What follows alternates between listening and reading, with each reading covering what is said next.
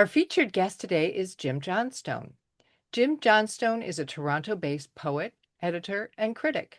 He's the author of 7 collections of poetry, including The Chemical Life, which was shortlisted for the 2018 ReLit Award. Johnstone has also won several awards, including the Bliss Carman Poetry Award, a CBC Literary Award, the Ralph Gustafson Poetry Prize, the Robin Blaser Award, and Poetry's Editor's Prize for book reviewing. Currently, he curates the Anstruther Books imprint at Windsor's Palimpsest Press, where he published The Next Wave, an anthology of 21st century Canadian poetry. His most recent books are Bait and Switch, a collection of reviews, essays, and conversations on poetry, and The King of Terrors, a new collection of poems. Welcome, Jim. Thanks for having me, Kim.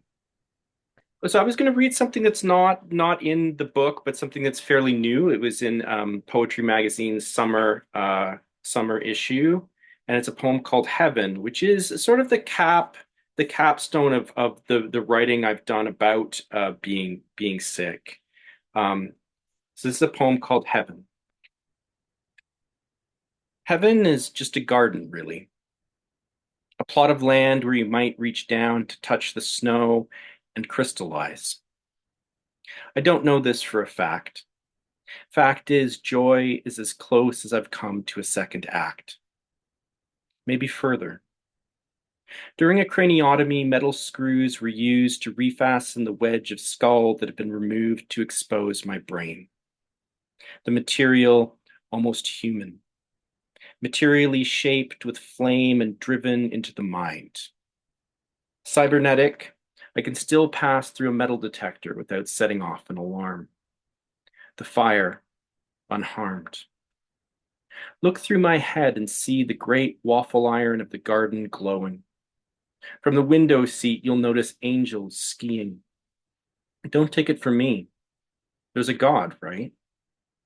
I got that straight from the horse's mouth when those who'd inherited the earth decided they'd inherited idiom. A neurosurgeon will tell you that using metal to patch a skull is equivalent to picking up branches and placing them back in a tree. Decorating purgatory. In the air, Cirrus, Stratus, and Alto imitate aspects of the healed, non-stop shadows on the MRI. Launch me into the atmosphere and eventually I'll want to return to the field where I was born despite the fact that it's burning.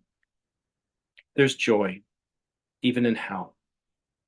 Artificial time, painted reeds, the garden soaring, soulless, shaken like a snow globe.